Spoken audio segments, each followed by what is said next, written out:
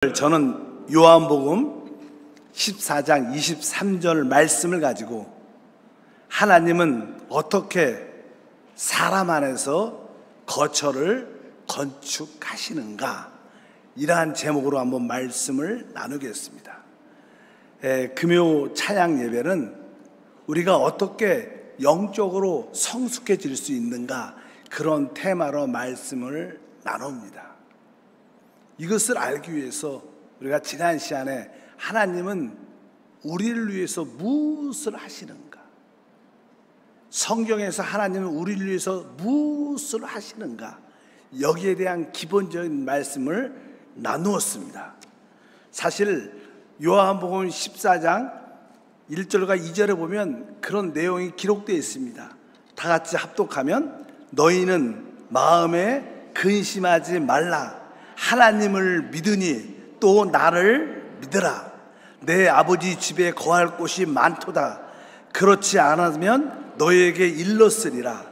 내가 너희를 위하여 거처를 예비하러 가노니. 우리 주님은 조금 있으면 제자들을 떠나 죽음 안으로 또 부활 안으로 돌아오시게 되어 있습니다. 제자들은 그것을 염려했고 우리 주님은 그들에게 말씀했습니다. 내가 너희를 위하여 거처를 예비하러 간다. 우리 주님은 바로 우리의 거처를 예비하러 가신다고 말씀합니다. 그 거처가 무엇인가, 어디인가, 우리가 그것을 분명히 우리가 알아야 됩니다. 실제로 그 거처는 어디에 지어지는 건가? 그 내용은 우리 그 뒤에 14장 23절에 말씀합니다.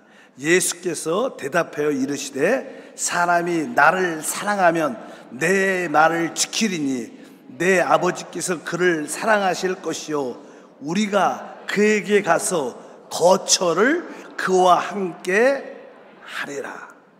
여기 보니까 우리가 아버지와 아들이죠.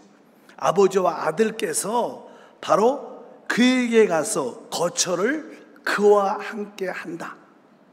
그가 누굽니까? 바로 주님을 사랑하는 우리를 말합니다. 주님을 사랑하는 우리가 사실 어떻게 보면 아버지와 아들의 거처라는 거예요. 거처. 이게 무슨 뜻일까? 하나님은 사실 사람 안에 하나님이 거하실, 하나님과 함께하는 집을 짓고 계십니다. 사실 우리가 거듭날 때 바로 우리 영 안에 하나님이 우리 안에 오시죠. 실제로 우리 주님은 우리 심령에 함께 하십니다. 그러면서 우리 주님께서는 다시 한번 바로 우리가 그에게 거처를 그와 함께 할 것이다. 바로 하나님은 우리 안에 그분의 집을 지으시는데, 그것을 다른 표현으로 바로 그리스도의 몸을 건축한다, 그리스도의 몸을 세운다고 표현하는 거예요. 우리가 뒤에 말씀에 에베소서 4장 12절과 13절 말씀을 보면, 이는 성도를 온전하게 하며 봉사일을 하게 하며 그리스도의 몸을 세우려 하심이라. 바로 성도들을 온전하고, 봉사일은 바로 하나님을 잘 섬기고 하나님께 순종하는 일을 하게 하여 바로 그리스도의 몸을 건축하기 위한 것이다. 그리스도의 몸을 세우기 위한 것이다. 여기에 첫 번째 그리스도의 몸을 세우기 위한 것이라고 말씀하고, 그 다음에 보니까 우리가 다 하나님의 아들을 믿는 것과 아는 일에 하나가 되어 온전한 사람을 이루어 그리스도의 장성한 분량에 충만한 데까지 이르르니. 이것은 바로 그리스도의 몸의 건축, 그리스도의 몸이 세워지는 것은 바로 우리가 뒤에 보니까 그리스도의 장성한 분량이 충만한 데까지 영적으로 성장해야 된다, 이 뜻입니다. 우리가 영적으로 성장할 때 바로 그리스도의 몸, 하나님의 집이 지어지는 겁니다. 그래서 우리의 테마가 뭐냐면, 우리가 어떻게 영적으로 성장할 수 있는가, 어떻게 성장이 되어지는가, 즉 우리 안에 하나님의 집이 어떻게 지어지는가를 오늘 말씀을 배우길 주님은 축복합니다. 우리가 영적으로 온전히 성장해서 우리 안에 하나님이 완전히 지어지면 우리 계시록 19장 7절에 보니까 우리가 즐거워하고 크게 기뻐하며 그에게 영광을 돌리세. 어린 양의 혼인 기약이 이르렀고 그의 아내가 자신을 준비하였으므로. 뒷부분에 보니까 그의 아내가 자신을 어떻게 했어요? 준비하였다. 그 아내가, 교회가 그 자신을 준비했다. 준비돼야 된다는, 이 준비된다는 뜻은 다른 뜻이 아니라 우리가 영적으로 성장해서 하나님의 집이 우리 안에 온전히 지어질 때 그것이 바로 준비된 자라는 거예요. 이것이 사실 성경에서 말하는 하나님의 하시는 일인 것을 분명히 알아야 됩니다. 쉽게 말하면 하나님은 우리 안에 하나님의 집을 줘서 우리와 함께 하기를 원하셔요. 우리는 개인적으로 그러한 체험을 조금씩 갖고 있습니다. 여러분들이 우리 안에 계신 그 성령이 종종 감동을 주셔서 성령의 그 감동에 우리가 순종할 때 하나님의 일이 우리 안에서 이루어질 때 우리는 하나님의 임재와 하나님의 함께 하심을 체험합니다. 그것은 바로 여러분 안에 하나님의 일, 하나님의 집이 어느 정도 지어지고 있다는 것을 의미합니다. 여러분들이 여러분 안에 오신 하나님의 성령에 기꺼이 순종할 때 하나님은 우리를 그 부분에서 얻으시는 거예요. 그 우리 얻으신 그곳에 하나님의 거처가 되는 거예요. 그래서 우리가 하나님의 집으로 지어지는 그러한 체험, 그 결과 우리 안에는 기쁨이 충만하고 하나님의 함께 하신 임재를 체험을 하죠. 또 여러분들이 진짜 어느 순간에 기도 가운데 하나님이 원하신 대로 순종하고 무릎 꿇고 하나님께 감사하면 우리 안에 어떻게 기쁨과 임재와 충만한 은혜가 넘치잖아요. 그런 체험이 바로 하나님이 우리 안에 집을 짓는 그런 과정이다. 그래서 사실 우리는 한 번쯤은 구원받은 우리를 교회라고 말합니다. 우리 구속받고 구원받은 우리가 곧 뭐예요? 교회. 여러분, 교회가 무엇인가? 교회는 생명이라고 말씀을 많이 하죠. 교회는 생명이다. 교회는 한마디로 생명의 씨입니다. 씨. 이제 어떤 우리 부인이 아이를 잉태하게 되면 그 자궁 안에 그 태아가 있어요. 태아는 사실 조그만 태아지만 태아는 그 사람의 생명의 뭐예요? 씨입니다. 그래서 그 씨가 그 태아에서 이제 성장을 하게 되면 점점점 사람의 모습이 나타나서 이제 사람의 모습을 어느 정도 다 갖추면 이제 태어나죠. 바로 교회는 어떻게 보면 하나의 생명의 씨인데 그 교회는 뭐예요? 바로 구속받은 여러분과 저를 말합니다. 우리가 영적으로 계속 그 태아처럼 성장하면 어느 정도 다 성장의 모습을 가지면 태어나요. 그게 뭐냐면 새 예루살렘이에요. 새 예루살렘이 무엇인가? 이 교회가 결국 영적으로 성장해서 탁 태어날 때 그것을 새 예루살렘이라고 우리가 말을 할 수 있다는 거예요. 그래서 교회가 무엇인가 여러분들이 알아야 되고, 이 의미는 우리가 영적으로 어떻게 된다는 거예요? 성장해야 된다는 거예요. 믿음이 좋다는 뜻은 뭐 기적을 행하고 능력을 행하고 이런 뜻이 아니라, 믿음이 좋다는 것은 영적인 생명의 성장이 있다는 거예요. 뭐 어린아이도 어떤 무거운 물건을 좀 크면 들을 수 있지만, 사실 사람이 더 크면 꼭 무거운 짐을, 큰 물건을 들을 수 있을 뿐만 아니라 그런 것을 지혜롭게 들을 수 있는, 또 더 일도 할 수 있는 그 성장이 중요한 겁니다. 그래서 여러분들이 이 믿음의 성장이 곧 하나님의 뜻을 이루는 길인 것을 우리가 분명히 알아야 됩니다. 그러면 우리는 어떻게 우리가 영적으로 성장할 수 있는가, 어떻게 우리는 자라게 되는가, 이것을 분명히 알아야 되죠.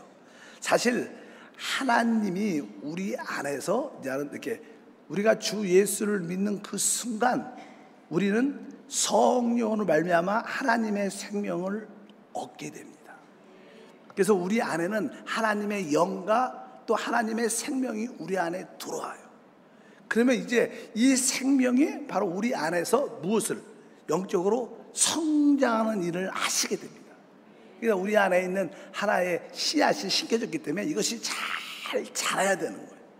이것이 바로 믿음의 역사인 것을 분명히 우리가 알아야 될 줄 믿습니다. 그래서 신앙의 성장이 어떻게 내 안에서 이루어질 것인가, 이것을 분명히 여러분들이 알아야 되는데, 아주 그 첫 번째가 금방 말씀드린 바로 우리가 주 예수 믿고 죄사함 받고 그 결과 하나님의 영, 성령과 하나님의 생명을 우리가 얻었구나.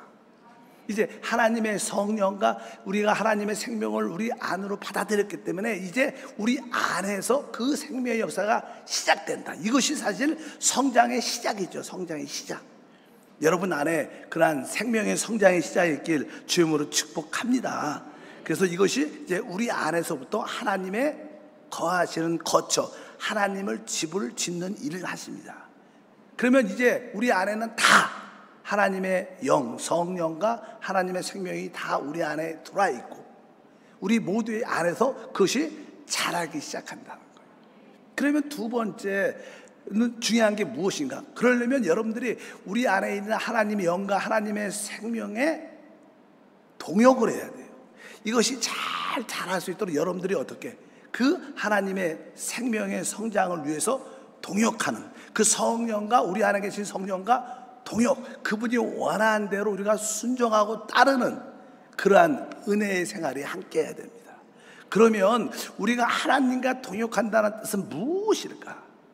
우리 사람은 타락했기 때문에 타락한 사람에게는 자기 중심적인 자기의 혼, 자기의 자아가 가지고 있어요. 자아가 있어요.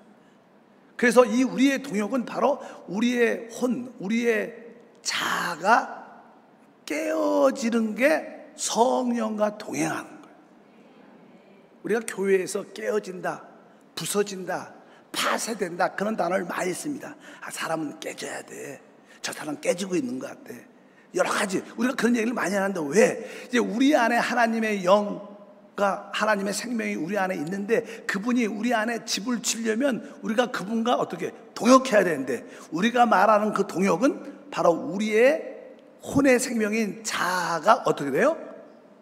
깨지는 것이 동역하는 거예요. 근데 우리는 우리 자아가 깨진 것을 원치 않아요. 왜? 그것은 우리의 타락한 우리 자신이기 때문에 그것이 깨어질 때 우리는 많은 아픔을 느끼게 돼요. 힘듦을 느끼게 돼요. 그래서 사실 예수를 믿는 성도를 제대로 믿으면 많은 아픔과 힘듦을 겪어요. 왜? 내가 깨어지고 내가 죽는 게 얼마나 고통스러운데. 이 자아가 무엇인가? 자아를 쉽게 표현하면 나의 생각, 나의 선호, 내 주장, 쉽게 말하면 이게 자아예요. 여러분들은 여러분들의 만에 자기의 생각이 있어요. 또 자기의 선호, 내가 좋아하는 기호가 있어요. 그리고 내 주장이 있습니다. 대부분 사람들은 자기 그 신념으로 살아요.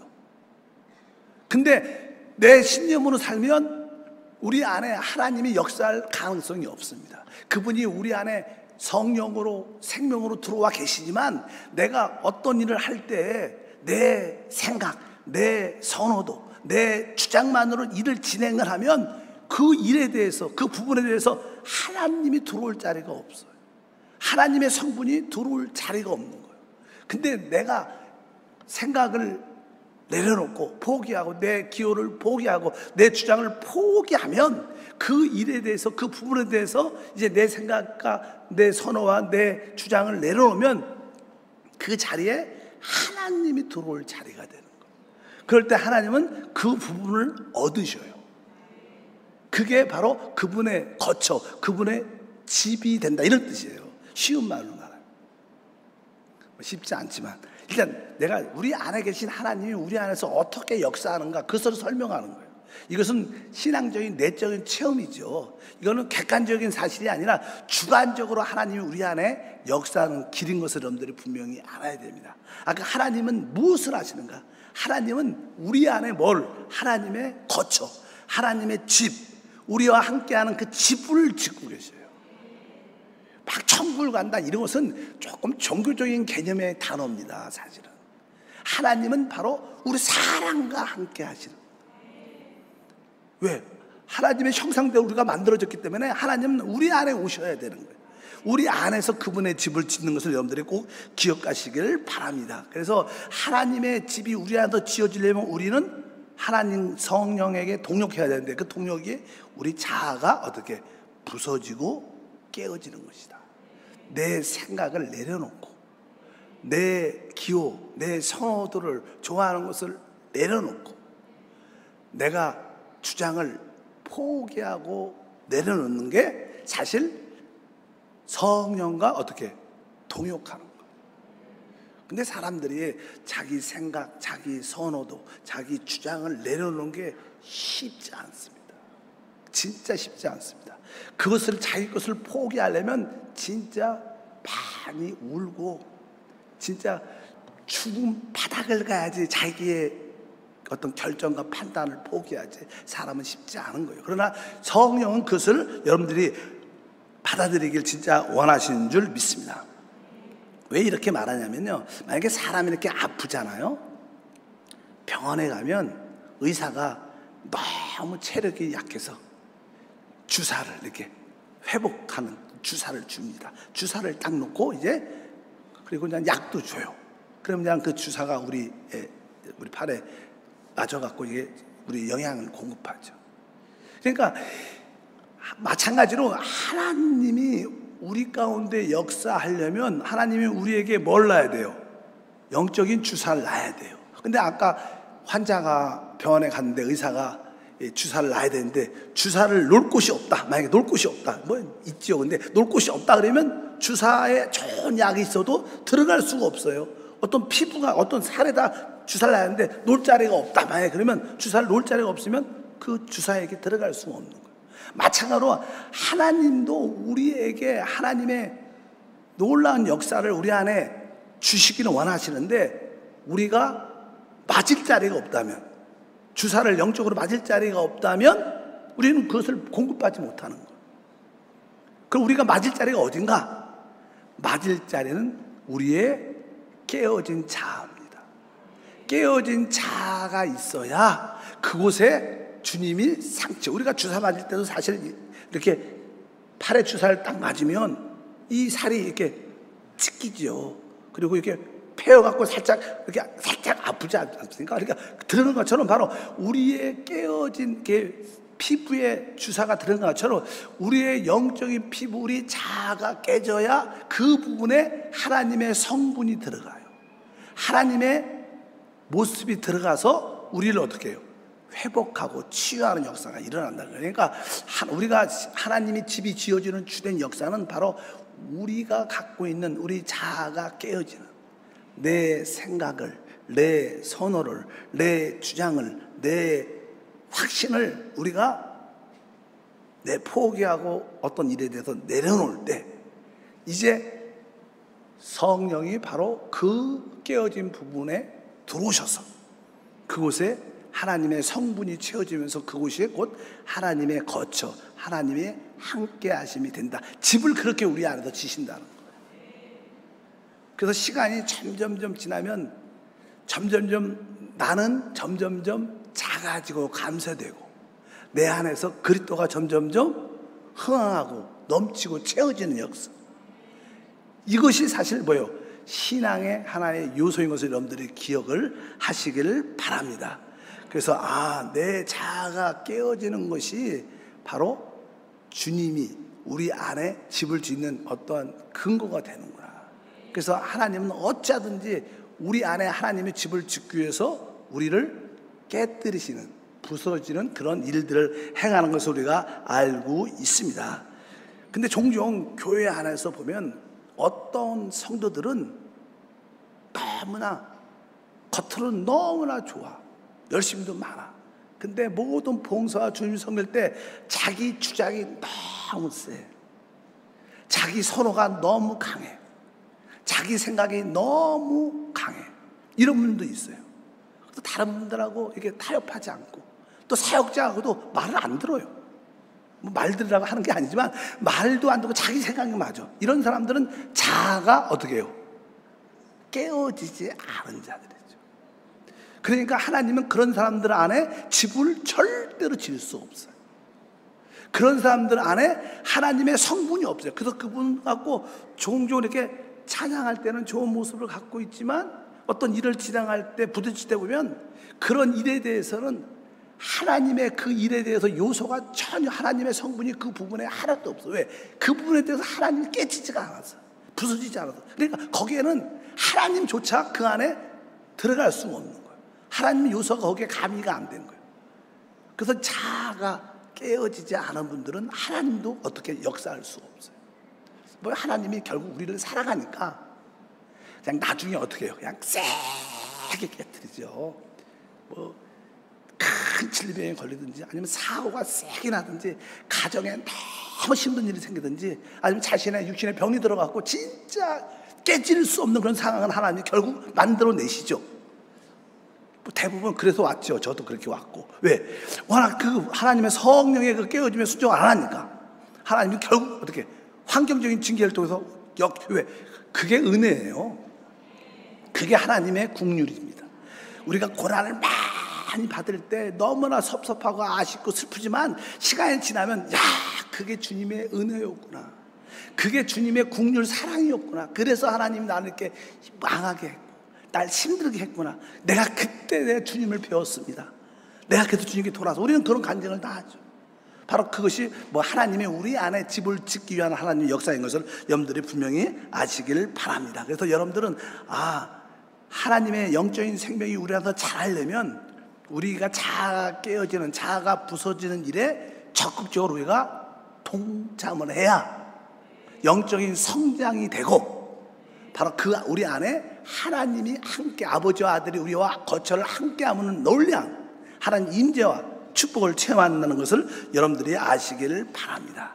그러면 다시 한번 반복해서 하나님은 우리 안에서 어떻게 집을 지으시는가? 기본적인 것은 일단은 여러분들이 어떤 일을 할 때 우리 안에 먼저 하나님의 성령의 감동을 주셔요. 성령이 우리 안에 계시잖아요. 그러니까 성령의 어떤 일에 대해서 감동을 주십니다. 그래서 그 감동에 따라 우리가 순종하게 만듭니다. 요즘에 이렇게 젊은이들의 최고의 관심은 뭐냐면 결혼이죠. 결혼. 막상 이제 배우자를 못 만나도 슬프지만 막상 배우자를 딱 만나갖고 약혼 결혼 상대를 만나갖고 결혼을 준비할 때도 쉽지 않아. 뭐 좋지. 다 믿으면 이기니까 좋지만 예를 들어서 결혼 이야기나 결혼 이야기. 그러면 그냥 결혼을 하면 결혼 당사자의 두 사람의 문제도 있고 또 부모님과의 문제도 있고 결혼을 준비하는 부모님들은 처음 보내니까 모든 건 내 뜻대로 이번엔 멋지게 한번 보내야겠다. 자기 엄마들의 그 주장, 엄마들의 생각, 엄마들이 원하는 선호도가 있어요. 나는 이런 스타일을 해줄 거야. 저도 그냥 우리 집사람과 결혼할 때 우리 장모님이 첫째 딸이니까 큰 딸에 대한 애정과 사모하는 마음이 있고 또 옛날에 우리 장인어른과 장모님은 뭐 6.25 그때 막 그런 때니까 결혼도 이렇게 잘 하고 싶은 대로 못했죠. 그러니까 내 딸만은 어떻게 아주 전돼서 최고로. 그래서 저는 뭐 옛날에 뭐 원치도 않았는데 약혼도 했어요. 약혼도 먼저. 한 달 전에 약혼하고 한 달 뒤에 약혼하고 우리 장모님이 해주고 싶은 거 다 해주고 싶은 거예요. 그리고 뭐 제가 이제는 결혼할 때 저는 그런 양복을 안 입었는데 그냥 아이보리 양복을 맞춰줬어요. 그래서 저 이제 안 하던데. 그러니까 아니라고 그냥 우리 장모님이 본인이 하고 싶은 걸 하죠. 그래서 저를 데리고 가더니 양복점에서 이 색깔이 좋다. 아이보리 색깔로 하얀 거. 그거 두세 번밖에 못 보여. 왜? 금방 살찌더라고. 그러니까 안 맞아. 어쨌든 예를 들어서 결혼에 대한 문제. 여러분들이 결혼할 때 그럴 거예요. 그러면 우리가 이 결혼에 대한 우리 자녀에 대한 결혼, 본인에 대한 결혼에 대한 자기의 어떤 꿈과 이상이 있어요. 자기의 생각과 선호가 있고 자기의 주장이 있어요. 그래서 보통 때 여러분들이 이렇게 와서 하나님을 찬양하고 예배할 때는 하나님의 임재가 있고 하나님 감사합니다. 하나님을 높입니다. 이렇게 찬양을 막 해요. 근데 막상 이제 딱 돌아가서 결혼 얘기가 딱 나면 하나님을 완전히 빼버려. 그냥 내 뜻에 내가 이거 하고 하나님을 완전히 배제시킵니다. 많은 사람들이 그래요. 찬양할 때는 하나님과 함께함을 느끼고 하나님과 기쁨으로 찬양도 하는데 그 결혼 문제가 딱 되면 이거 엄마 생각해 보니까 이렇게 해야 돼. 이렇게 하고 막 그냥 하나님이 들어갈 자리가 전혀 없어. 그러니까 그냥 자기 그냥 뜻대로 이렇게 많이 하니까 뭐 이렇게 자기 자녀하고도 부딪히기도 하고, 또 사돈하고 부딪히기도 하고, 또 이렇게 여러 가지, 또 남편하고도 부딪히게 하고, 왜 그 유별나게 하냐, 여러 가지 있잖아요. 그렇게 부딪히다 보면 이제 성령의 감동이 들어요. 어느 날 기도 가운데 성령님이, 야, 그게 아니다. 그냥 그전까지는 하나님 생각이 잘 안 들었어. 근데 어느 순간에 이제 성령의 찔림이죠. 찔림이면, 아, 내가 너무 믿음으로 하지 않았고, 내가 믿음을 생각하지 않고 하나님을 생각하지 않았고, 너무 내가 좀 인간적으로 생각을 했다. 그러면서 어떤 깨달음을 성령이 주시면 그때 여러분들이 회개하죠. 회개하면, 아, 하나님 잘못했습니다. 내가 너무 인본주의로, 인간적으로, 내 생각으로 조금 너무 내가 했습니다. 회개합니다. 돌이킵니다. 그러면서 이제 조금씩 성령의 어떠한 빛비침을 통해서, 깨달음을 통해서 내 생각이 이렇게 어떻게 조금 내려놔지고, 내 의견이 내려놔지고, 내 방법이 내려지면서 이제 그 결혼 준비하는 가정도 하나님이 들어오셔요. 그러니까 그 결혼의 어떤 문제에 대해서 하나님이 그 결혼에 대해서 어떤 거처를, 털을 잡으셔. 그런 쪽이, 그래갖고 그냥 조금씩 그냥 포기하고, 아쉽지만 포기하면서 하나님께 이렇게 맡기는, 이렇게. 그래서 거기에 이제 그 결혼, 처음에는 아까는 하나님의 요소, 하나님의 성분이 전혀 안 들어갔어. 근데 지금 그러한 성령의 빛을 통해서, 성령의 깨달음을 통해서 성령을, 하나님을 받아들여서 그 결혼이란 어떠한 일에 대해서 하나님이 어느 정도 거처를, 성분을 갖게 되는 거예요. 그럴 때 바로 그 부분에 대해서 우리 안에 하나님의 거처, 집이 지어지는 거예요. 여러분들의 모든 일은 다 마찬가지입니다. 직장 일을 선택할 때, 사업을 선택할 때, 어떤 일을 할 때 대부분 우리는 처음에는 내 생각, 내 주장, 내 선호를 따라 결정을 합니다. 그러다가 여러분들이 기도하고 찬양할 때 어느 순간에 깨달아지죠. 하나님, 내가 너무 일방적으로 내 생각 중심으로 내 뜻대로 이걸 했는데 회개합니다. 돌이킵니다. 그러면서 이제 하나님의 뜻을 알기를 원하고, 하나님 뜻대로 내가 직장을 찾기를 원하고, 하나님 방법대로 일하기를 원합니다. 하고 하나님을 그 직장 문제에 받아들여요. 이것이 뭐예요? 그 부분에 대해서 하나님의 집으로 지어지는 거예요. 하나님은 이렇게 우리를 모든 일에 대해서 부분적으로 이렇게 얻으셔요. 그러니까 여러분들이 모든 일을 할 때, 어떤 일을 하더라도 그 부분에 우리는 처음에 우리는 내 생각, 내 선호, 내 주장이 강했어. 하나님 들어올 자리가 없는데 성령의 빛비침과 성령의 깨달음을 통해서 우리는 그것을 진심으로 순종해서 받아들이면 그 일에 대해서, 그 사람에 대해서, 그 문제에 대해서 하나님이 거기에 개입하시고 들어오신다는 거예요. 이럴 때 그 부분에 대해서 하나님은 그 사람을 얻는 거예요. 그런 많은 어떤 일에 대해서 하나님이 그 사람을 얻었고, 어떤 사람에 대해서, 생각하는 사람에 대해서 하나님이 그 사람을 얻었고, 모든 일에 대해서 하나님이 점점 얻어지면 우리 안에 하나님의 성분, 요소가 많아지는 거예요. 그게 뭐예요? 하나님이 거하는 집이 되는 거예요. 보통 이게 성령의 빛비침을 통해서, 찔림을 통해서 우리가 회개하고 돌이키면 이제 우리의 생각이 좀 포기되고 접어지고 내려놓게 되고, 그 가운데 성령이 오셔서 이것을 이끌어가는, 이것이 우리 안에서 많이 일어나죠. 근데 나는 종종 어떤 분들은 그 다음 단계로, 어떤 분들은 그 성령의 어떠한 빛비침, 성령의 찔림이 있는데 그거를 안 받아들여요. 아까 받아들이면 이제 그 받아들이고 내가 내 의견과 내 생각을 포기하면 성령이 오셔서 그 부분을 얻게 되는데, 어떤 분들은 성령의 어떤 찔림도 있고 빛비침도 있는데 그것을 안 받아들여요. 그리고 계속 내 주장, 내 뜻대로 이끌고 갑니다. 그러니까 하나님이 할 수 없이 어떻게 해요? 징계를 하시는 거예요. 그래서 성경에 대한 징계에 대한 그런 말씀이 기록이 되어 있습니다. 다 같이 한번 읽겠습니다. 히브리서 12장 5절부터 6절 9절. 내 아들아, 주의 징계하심을 경히 여기지 말며 그에게 꾸지람을 받을 때 낙심하지 말라. 주께서 그 사랑하는 자를 징계하시고 그가 받아들이시는 아들마다 채찍질 하심이라 하였으니, 또 우리의 육신의 아버지가 우리를 징계하였어도 공경하였거든 하물며 우리 모든 영의 아버지께서 더욱 복종하며 살려하지 않겠느냐. 그러면서 주님께서 진짜 우리를 사랑하고 우리를 긍휼히 여기고 우리에게 은혜로 대하기 때문에 우리를 징계하는 거예요. 만약에 우리에게 그러한 징계가 없다면 우리는 진짜 아들이 아니고 사생아라고 이렇게 성경에 말씀합니다. 우리는 진짜 하나님의 아들이기 때문에 하나님은 우리를 사랑하고 우리가 잘 되도록 징계하는 거예요. 그러니까 여러분들이 이 성령의 찔림, 성령의 비비침에 우리가 순종하지 않고 계속 내 생각, 내 주장, 내 확신을 붙잡고 있으면 하나님이 결국 징계를 내리죠. 환경적인 징계를 내려요. 어떤 아까 말씀한 것처럼 문제가 생기든가, 어떤 질병에 걸리든가, 어떤 사고가 나든가, 아니면 어떤 가정에 큰 문제가 생겨서 진짜 포기할 수밖에, 하나님이 그렇게 바닥으로 떨어뜨리죠. 그럼 그때 고난과 어려움을 막 겪으면서 나중에 울면서 하나님, 나는 아무것도 할 수 없어. 하나님 회개합니다. 내가 하나님께 순종하지 못한 것으로 회개합니다. 그러면서 진짜 하나님께 순종하고 회개하고 돌이키고, 이런 경험을 우리가 다 갖잖아요. 그럴 때 나중에 우리 자신이 어떻게 그럴 때 깨지죠. 부서지죠. 그래서 우리가 손을 확실히 들고 주 앞에 나오게 되는데, 그럴 때 그냥 주님은 바로 우리의 그런 부분에 대해서 우리를 얻으시는 거예요.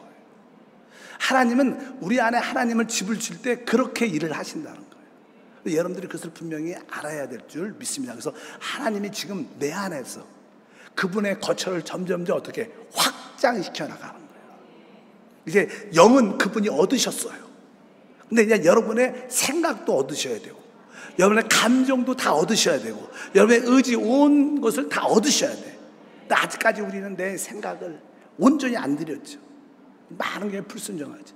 우리의 감정도 온전히 드리지 않았기 때문에 우리가 온전히 드리는 그것이 바로 하나님의 역사인 것을 아시기를 바랍니다. 그래서 여러분들이 어떤 일에 대해서 여러분들은 하나하나 다 영적인 이러한 과정을 통과해야 돼요.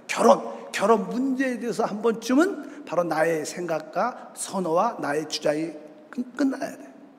부부관계, 이것도 한 번쯤은 언젠가 내 생각, 내 선호, 내 주장이 끝나야 돼요. 내가 자녀를 대하는 태도, 이것도 언젠간 주님 앞에서 한번 내 주장, 내 생각, 내 선호도도 끝나야 돼. 뭐 나는 우리 자녀 교육을 이렇게 시킬 거야, 난 이렇게 할 거야, 뭐 그렇게 다 주장이 있잖아요.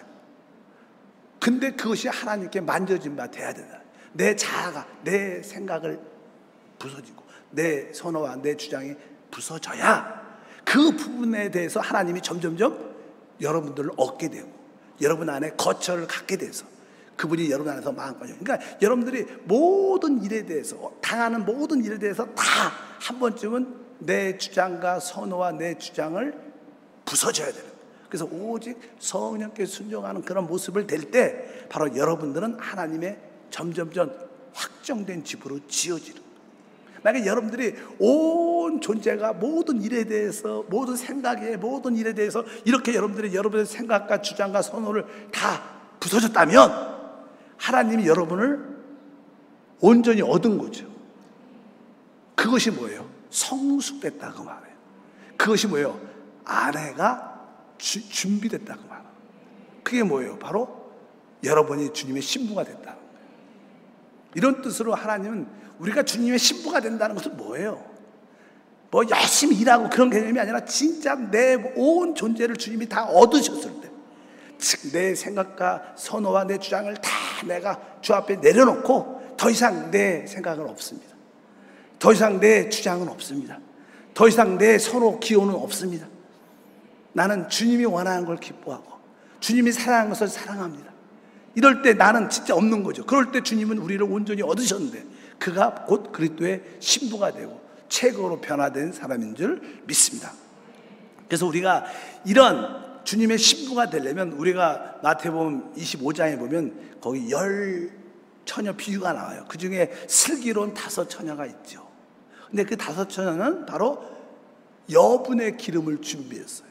그러나 5처녀는 여분의 기름을 준비하지 않았어요. 그래서 그 슬기 있는 자들이, 그 준비하지 못한 자들이 너희가 그 여분의 기름을 사와라, 사야 된다, 이렇게 성경은 말씀합니다.